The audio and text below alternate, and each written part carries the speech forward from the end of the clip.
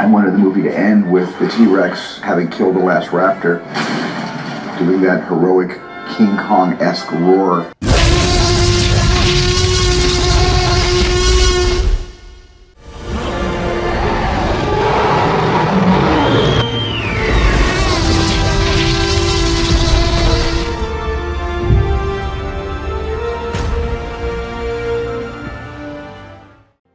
Hey guys, hope you're all doing well. Now for today's video, I wanted to talk about the original ending that was scrapped from the first Jurassic Park. Now we all know today that the first film in this franchise inarguably has a genuinely incredible ending. Seeing the Tyrannosaurus erupt from nowhere to catch the pouncing velociraptor in its jaws has to be one of the most memorable moments I can think of in the entire series. In fact, this is personally my earliest memory of the movie after seeing it at such a young age. Way before Lost World, JP3, and the two new films, this was our first introduction to a fitting Jurassic ending. Now, with all of that being said, it was definitely not how things had originally been planned.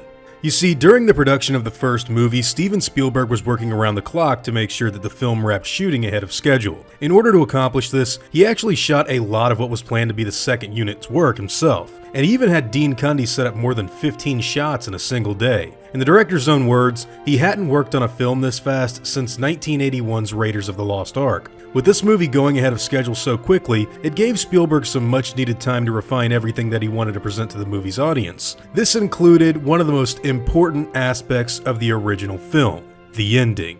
Initially, the plan had been to film things relatively similar to how we see it in the final film, but they'd end on a whole different note. The raptor breaks through the glass, the humans go into the air ducts, and they later come out near the mounted dinosaur skeletons at the top of the visitor center. However, things get really different as soon as Grant and the others turn around to see the hungry velociraptor that has followed them all the way over there. Instead of climbing onto the Alamosaurus bones, the plan was to have Alan start up the Condor crane that the survivors had found themselves on. As he slowly began to drive the crane away, the velociraptor would ready herself before pouncing onto the machine and grasping onto its side railing. Grant would continue to drive the crane forward, accidentally breaking off the sauropod's tail in the process, and he'd slowly begin to move the raptor towards the mounted skeleton of the T-Rex. Once the animal would get directly under the Rex's jaws, Grant would work the controls of the crane and hoist the raptor up into the skeleton's mouth. This would cause the cables to come loose and force the Tyrannosaurus skull to fall onto the defenseless raptor that was stuck.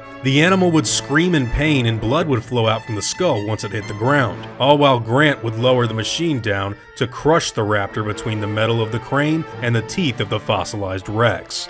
This of course would kill the raptor, but they weren't out of the woods just yet. Coming in from the side, the other packmate would grab their attention and get ready to jump on the now ground-level group of humans. But just as soon as it jumped to attack, a gunshot would be heard coming out of nowhere. And after this second raptor would fall down to the ground lifeless, everyone would turn around to see none other than John Hammond standing there with the gun that made the killing shot. This would have been a literal representation of the billionaire not endorsing his own park. So yeah, initially, this was what they were going to film and put into the final movie. However, as stated before, Spielberg was moving ahead of schedule pretty quickly while making the film. So quick, in fact, that he began to more carefully plot out the end of his blockbuster dinosaur flick. And in order to make the best ending that he possibly could, he thought what the film really needed was to have the T-Rex come back for one last scene.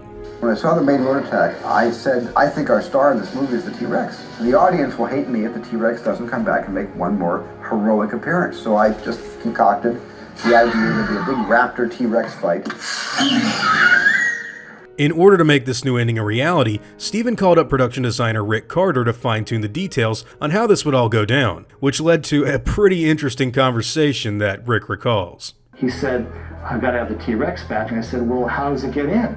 Now, I was thinking, how does it get in the building? What he said was, well, Grant's backing up, and the raptors are coming forward, and one of the raptors jumps in the air, and this T-Rex comes in and grabs it.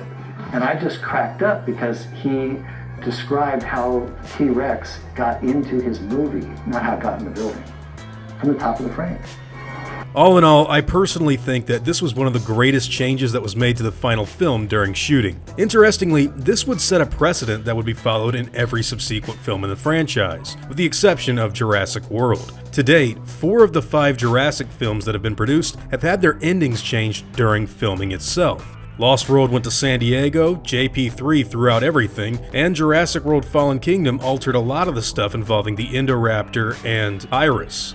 That being said, I'd love to know what all of you guys think about this information. Do you think that Spielberg made the right decision in changing the ending for Jurassic Park? Or are you in the minority and believe that this may have actually been a better ending to leave on? I can see people's points of views on both sides, but I gotta say that the ending of that movie is just too awesome for me to even imagine it happening any other way. Now, whatever your own personal thoughts and opinions may be, I'd love to hear them in the comments down below. Now before I go, I want to thank all of my game wardens, as well as all of my InGen executives. I'd also like to thank all of my park workers and InGen hunters as well. Just the fact that you guys watch these videos and support my content means the world to me, and I want to make sure that all of you never forget that. Now I'd like to thank everyone for taking the time to watch today's video, and hope that you all had fun. I'll see you all in the next one, guys, and as always, take it easy.